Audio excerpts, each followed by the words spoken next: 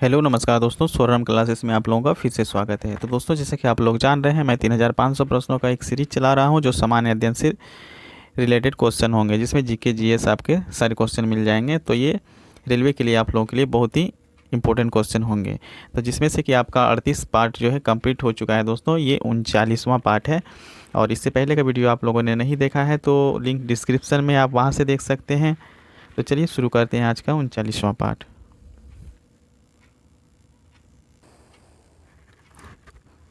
पहले पेट्रोल से चलने वाली कार का इंजन डैश द्वारा बनाया गया था।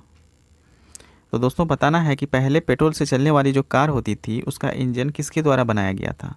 तो उसका इंजन जो है दोस्तों, कार्ल बेंज के द्वारा बनाया गया था। ठीक है, किसके द्वारा बनाया गया था? कार्ल बेंज के द्वारा बनाया गया था। तो बी नंबर आंसर बिल्कुल सही हो जाएगा। दोस्तों, कार वास्प इंजन निकोलस कुगनाट ने सर्वप्रथम बनाया था। ठीक है, और कार आंतरिक दहन वाला इंजन सैमुअल ब्राउन ने सर्वप्रथम बनाया। और ये पेट्रोल कार जो है दोस्तों, ये 1885 में बेंज ने बनाया था। अगर पूछ दिया जाए दोस्तों कि मोटरसाइकिल सर्वप्रथम किसने बनाया था, तो जी डैमलर ने। तो इसे भी याद रखिएगा। और कार्बोरेटर का आविष्कारक किसे बोला जाता है, तो ये भी जी डैमलर है। तो चलिए देखते हैं नेक्स्ट क्वेश्चन की ओर। गले का एक फैला हुआ हिस्सा जो लड़कों में आवाज़ बॉक्स बढ़ाने के लिए जिम्मेदार होता है, उसको क्या कहते हैं? ठीक है, तो दोस्तों ये बताना है। तो गले का एक फैला हुआ हिस्सा जो होता है, जो लड़के में आवाज़ बॉक्स बढ़ाने के लिए जिम्मेदार होता है, उसे एडम का शेब कहते हैं। ठीक है, एडम का शेप, जिसे इंग्लिश में ADAMS एप्पल कहा जाता है। तो डी नंबर आंसर इसका बिल्कुल सही हो जाएगा। दोस्तों, मनुष्य के गले में श्वासन नलिका ट्रैकिया के दोनों ओर लैरिक्स के नीचे स्थित रहती है, जिसे अवटु ग्रंथि कहते हैं। ठीक है, तो चलिए देखते हैं नेक्स्ट क्वेश्चन की ओर।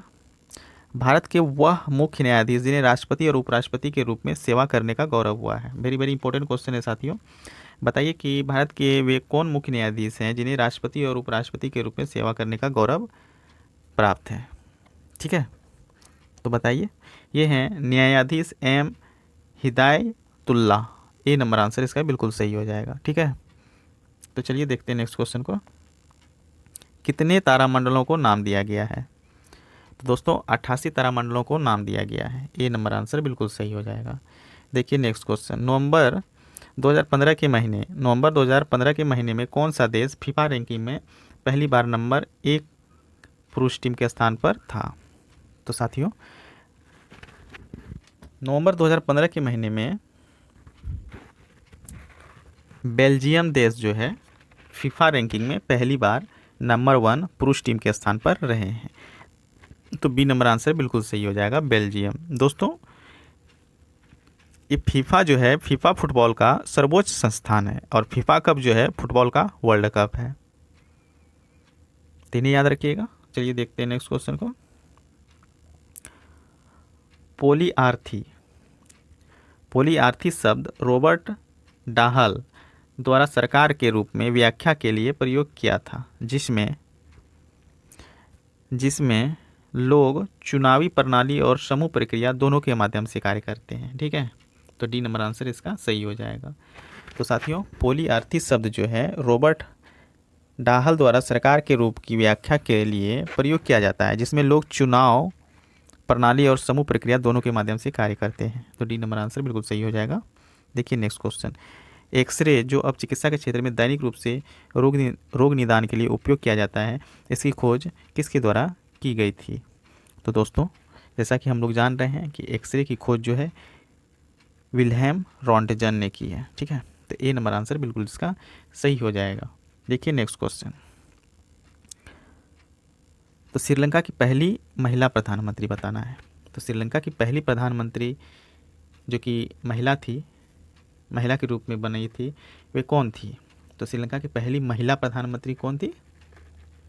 ये थी दोस्तों सिरिमावो भंडारनायके। सिरिमावो भंडारनायके। सी नंबर आंसर बिल्कुल सही हो जाएगा। दोस्तों, श्रीमती भंडारनायके जो है 1964 ईस्वी में, ठीक है, श्रीलंका की प्रधानमंत्री बनी थी? तो इसे याद रखिएगा। चलिए देखिए नेक्स्ट क्वेश्चन को। इकोटोन, इकोटोन का अर्थ क्या होता है? तो साथियों इकोटोन का अर्थ है जहाँ दो बायोमास मिलते हैं, ठीक है, जहाँ दो बायोमास मिलते हैं। तो ए नंबर आंसर बिल्कुल सही हो जाएगा। दो विशिष्ट वातावरण के मिलने को इकोटॉम कहते हैं साथियों, ठीक है। अगर ये इकोटॉम वर्ड आपको नया लगे तो मैं बता दूं कि ये जो इकोटॉम है, जब दो विशिष्ट वातावरण के मिलने को इकोटॉम कहते हैं, ठीक है। जब दो विशिष्ट वातावरण मिलते हैं तो इसे इकोटॉम कहते हैं। देखिए नेक्स्ट क्वेश्चन क्या है। नवंबर 2015 में भारत के अंतर्राष्ट्रीय फिल्म महोत्सव की जूरी के प्रमुख रूप में किसको नियुक्त किया गया था? तो साथियों नवंबर 2015 ईस्वी में भारत के अंतर्राष्ट्रीय फिल्म महोत्सव की जूरी के प्रमुख के रूप में शेखर कपूर को नियुक्त किया गया था, ठीक है। तो बी नंबर आंसर बिल्कुल सही हो जाएगा। अंतर्राष्ट्रीय फिल्म महोत्सव गोवा में होता है साथियों, तो इसे भी याद रखिएगा। और प्रथम अंतर्राष्ट्रीय महोत्सव कब मनाया गया था या फिर कब हुआ था? तो 1952 में। देखिए नेक्स्ट क्वेश्चन। निम्नलिखित में से किसका पहले भारतीय आज़ादी के युद्ध के रूप में वर्णन किया गया था? तो साथियों बताना है कि निम्नलिखित में से किसका पहले भारतीय आज़ादी के युद्ध के रूप में वर्णन किया गया था। तो ये हो जाएगा दोस्तों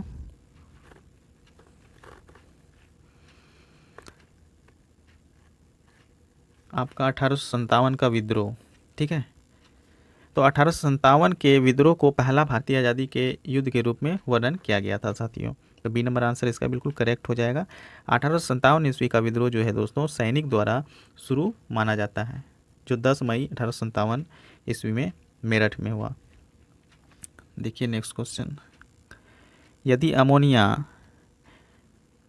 अमोनिया गैस है तो कपूर क्या है, ये बताना है, ठीक है। यदि अमोनिया गैस है तो कपूर क्या है? तो एक ठोस है, बी नंबर आंसर हो जाएगा। देखिए नेक्स्ट क्वेश्चन। एक बहुत पुराने मॉडल पेंडुलम घड़ी की कार्य पद्धति पूरी तरह से डैश थी। तो साथियों बताना है कि एक बहुत पुराने मॉडल पेंडुलम घड़ी की कार्य पद्धति पूरी तरह से क्या थी? तो दोस्तों ये मैकेनिकल थी। ए नंबर आंसर बिल्कुल सही हो जाएगा।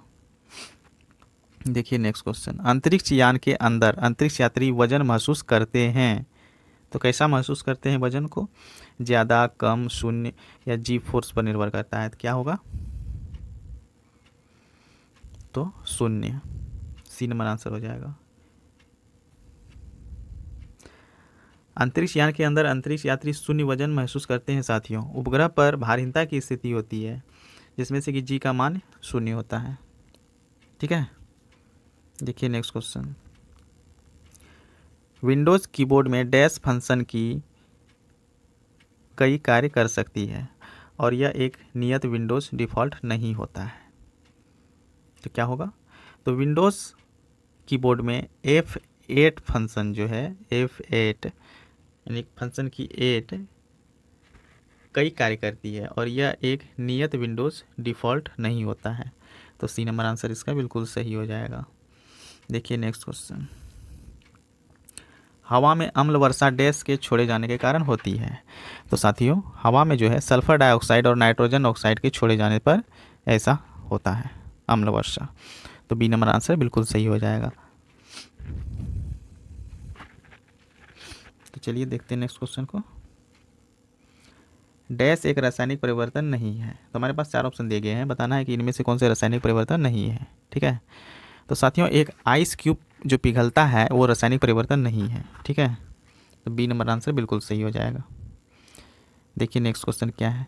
मेमोरी क्षमता के माप से संबंधित नहीं है। तो बताना है कि इनमें से जो है मेमोरी को जो मापा जाता है इनमें से कौन से नहीं है। तो HB जो है साथियों, HB जो है मेमोरी क्षमता के माप से संबंधित नहीं है क्योंकि HB हार्ड ब्लैक पेंसिल का प्रयोग किया जाता है। तो यहाँ पर ये जो GB है, TB है, तो 1 GB is equal to 1024 megawatt होता है, यानी कि MB, ठीक है। और 1 टेराबाइट बराबर 1 TB बराबर 1024 GB। तो इन सबों को भी याद रखिएगा दोस्तों। और ये है आपका ZB, जेटाबाइट जिसे बोला जाता है, ठीक है। तो 1 जेटाबाइट वाइट इज इक्वल टू 1024 टेराबाइट। फिर अगर ये टेराबाइट है तो 1 terabyte is equal to 1024 GB, ठीक है। तो इसे भी याद रखिएगा। देखिए नेक्स्ट क्वेश्चन, जीवन में इंटरनेट के सकारात्मक प्रभाव को पहचानें। तो साथियों बताना है कि जीवन में इंटरनेट के सकारात्मक प्रभाव क्या है। तो जीवन में इंटरनेट के सकारात्मक प्रभाव है, यह एक क्लिक के माध्यम से ज्ञान का सबसे अच्छा स्रोत है, ठीक है। तो सी नंबर आंसर बिल्कुल इसका सही हो जाएगा। देखिए नेक्स्ट क्वेश्चन क्या है। ITF डेविस कप राष्ट्र विश्व कप के साथ जुड़ा है। तो दोस्तों ITF जो है डेविस कप 16 राष्ट्र विश्व ग्रुप के साथ जुड़ा हुआ है। तो कितने विश्व ग्रुप के साथ जुड़ा है? तो 16। तो बी नंबर आंसर बिल्कुल सही हो जाएगा।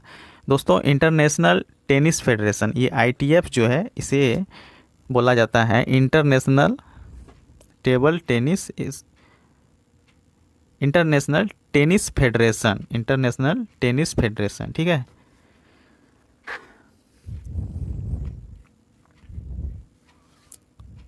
तो दोस्तों इंटरनेशनल टेबल टेनिस एसोसिएशन जो होता है इसकी स्थापना 1926 में हुई है।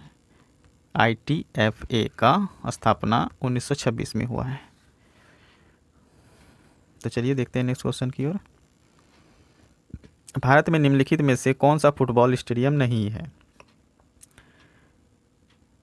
तो दोस्तों सरदार पटेल स्टेडियम अहमदाबाद। भारत में Sardar Patel stadium Ahmedabad football stadium नहीं है, ठीक है। तो डी नंबर आंसर इसका बिल्कुल सही हो जाएगा। चलिए देखते हैं नेक्स्ट क्वेश्चन को। मुगल सम्राट हुमायूं का मकबरा डैश में है। तो साथियों बताना है कि मुगल सम्राट हुमायूं का मकबरा कहाँ है? तो ये है दिल्ली में। बी नंबर आंसर बिल्कुल सही हो जाएगा, दिल्ली। देखिए नेक्स्ट क्वेश्चन, मानव स्पाइनल कॉलम डैश हड्डियों से बना है। तो साथियों मानव स्पाइनल कॉलम जो है 33 हड्डियों से बना है। कितने हड्डियों से बना है? 33। ए नंबर आंसर बिल्कुल सही हो जाएगा। देखिए नेक्स्ट क्वेश्चन, हवा एक डैश है। तो हवा क्या है दोस्तों? हवा एक दोनों तत्वों और यौगिकों का मिश्रण है, ठीक है। तो डी नंबर आंसर बिल्कुल सही हो जाएगा। हवा दोनों तत्वों और यौगिकों का मिश्रण है। तो चलिए देखते हैं नेक्स्ट क्वेश्चन क्या है। अमेरिकी अंतरिक्ष यात्री स्कॉट जोसेफ केली, ठीक है, इन्होंने डैश पर 340 दिनों के लिए लगातार अंतर्राष्ट्रीय अंतरिक्ष स्टेशन की कमान संभाली थी। तो दोस्तों बताना है कि अमेरिकी अंतरिक्ष यात्री जो है स्कॉट जोसेफ केली, इन्होंने कहाँ पर 340 दिनों के लिए लगातार अंतर्राष्ट्रीय अंतरिक्ष स्टेशन की कमान संभाली थी? तो ये हो जाएगा एक्सपेडिशन 26, ठीक है, एक्सपेडिशन 26।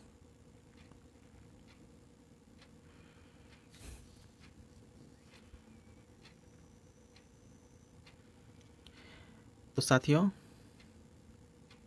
इन्होंने जो है एक्सपेडिशन 26 पर 340 दिनों के लिए लगातार अंतर्राष्ट्रीय अंतरिक्ष स्टेशन की कमान संभाली थी। तो सी नंबर आंसर बिल्कुल सही हो जाएगा। तो चलिए देखते हैं नेक्स्ट क्वेश्चन को।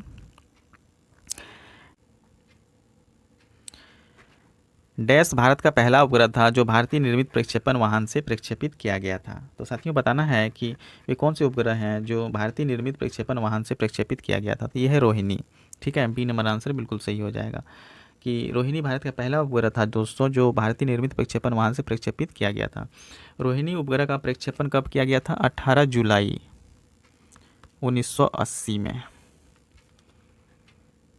चलिए देखते हैं नेक्स्ट क्वेश्चन, देशव्यापी अभियान ऑपरेशन इस्माइल से संबंधित है, ठीक है। तो साथियों बताना है कि देशव्यापी अभियान जो है, यहाँ पे अभियान होगा, ठीक है। देशव्यापी अभियान किस ऑपरेशन इस्माइल से संबंधित है?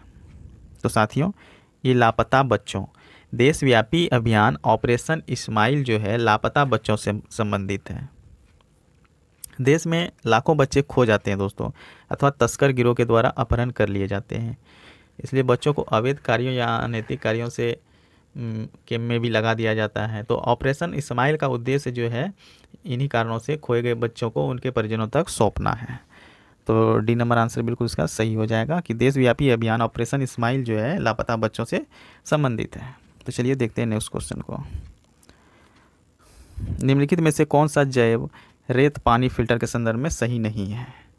तो साथियों बताइए कौन सा आंसर होगा। तो उच्च गुणवत्ता वाला पानी जो है हमेशा सुनिश्चित जैव रेत पानी फिल्टर के संदर्भ में सही नहीं है। तो ये डी नंबर आंसर बिल्कुल सही हो जाएगा। उच्च यहाँ पे होगा दोस्तों, उच्च, ठीक है। उच्च गुणवत्ता वाला पानी हमेशा सुनिश्चित होता है। देखिए नेक्स्ट क्वेश्चन। पश्चिमी ब्लॉट डैश के लिए नैदानिक परीक्षण होता है? तो साथियों पश्चिमी ब्लॉट जो है HIV के लिए नैदानिक परीक्षण होता है, HIV के लिए। तो सी नंबर आंसर बिल्कुल सही हो जाएगा। पश्चिमी ब्लॉट टेस्ट जो होता है दोस्तों HIV पॉजिटिव होने को बताता है, और HIV P24 एंटीजॉन HIV की जांच कर रोग की तीव्रता को जानकारी मिलती है।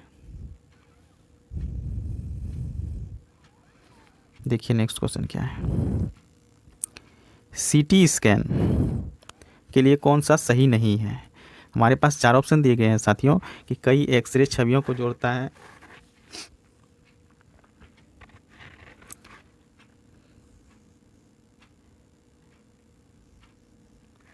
तो CT स्कैन क्या है? कई एक्सरे छवियों को जोड़ता है, ये सही है। तो स्कैनिंग अक्सर दर्दनाक होता है, तो ये सही नहीं है। तो बी नंबर इसका आंसर सही हो जाएगा कि CT स्कैन जो है इसके लिए सही नहीं है कि स्कैनिंग अक्सर दर्दनाक होता है। तो बी नंबर आंसर बिल्कुल सही हो जाएगा, ठीक है। तो दोस्तों आज के लिए बस इतना ही। आज का सेशन आप लोगों को कैसा लगा प्लीज़ कमेंट करके बताइएगा। अगर अच्छा लगा तो प्लीज़ लाइक कीजिएगा और चैनल को सब्सक्राइब कर लीजिएगा दोस्तों, ताकि आपको इसी तरह का वीडियो हमेशा मिलता रहे, ताकि, ठीक है। तो आज के लिए बस इतना ही। Thank you.